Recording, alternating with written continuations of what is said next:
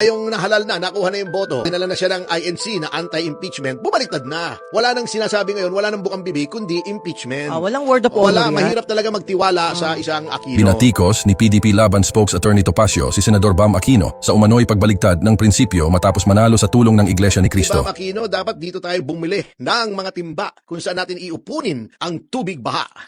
Alam mo Ba bakit? yan? Ha? Sige, bakit po? Orokan eh. Oro. Plastic. Ah.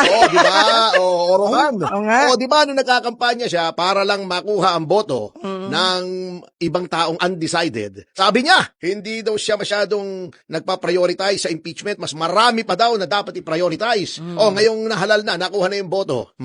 Bumaliktad na. Dinala na siya ng INC na anti-impeachment, bumaliktad na. Wala nang sinasabi ngayon, wala nang bukang bibig, kundi impeachment. Walang word of honor yan. Wala, mahirap talaga magtiwala sa isang Aquino. Pero nalungkot ako ha. Bakit? Inendorso ng INC si Senator Bam Aquino. Tapos ngayon hindi niya sinusunod yung magandang plano niya noon. Kaya naniwala sa kanya. Kaya nga sabi ko sa inyo, doon Masakit ka bumili yun. ng timba eh. Masakit yun, sir. Ng timba at saka mga drum kay Bam Aquino. Ito ba naman ito? Magpupush ka ng resolution from the Senate. Sasabihin mo kung anong dapat gawin ng Supreme Court. Hindi mo na ginalang yung separation of powers at saka yung pagkako-equal ng Supreme Court. Ibe-pressure mo. Ano ba namang mentalidad ang mga ito? Kasi ang mga nalalagay sa Senado, yung walang yung mga walang statesmanship at saka senatorial temperament. Alam nyo kaya Senate yan. Senex ang root word niyan in Latin.